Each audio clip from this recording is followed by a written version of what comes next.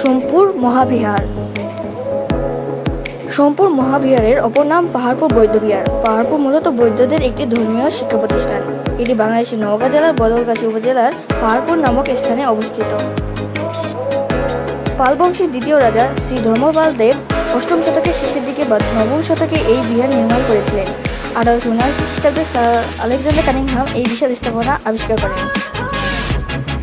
ইউনেস্কোর মতে পাহাড়পুর বিহার বা সোমপুর বৌদ্ধবিহার দক্ষিণ হিমালয়ের দ্বিতীয় বৃহত্তম বৌদ্ধবিহার। আয়তনে এর সাথে ভারতের নালন্দা মহাবিহারের তুলনা করা হয়।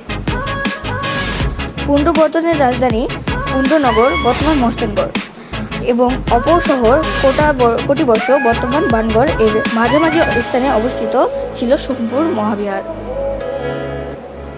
অভ্যন্তরীণ দ্বন্দ্ব এবং ক্ষমতার পালাবদলের কারণে পাহাড়পুর বৌদ্ধবিহার ধ্বংস হয়ে যায়। কিছু কিছু মাধ্যম অনুযায়ী ভূমিকম্পের কারণে পাহাড়পুর ধ্বংস হয়ে যায়।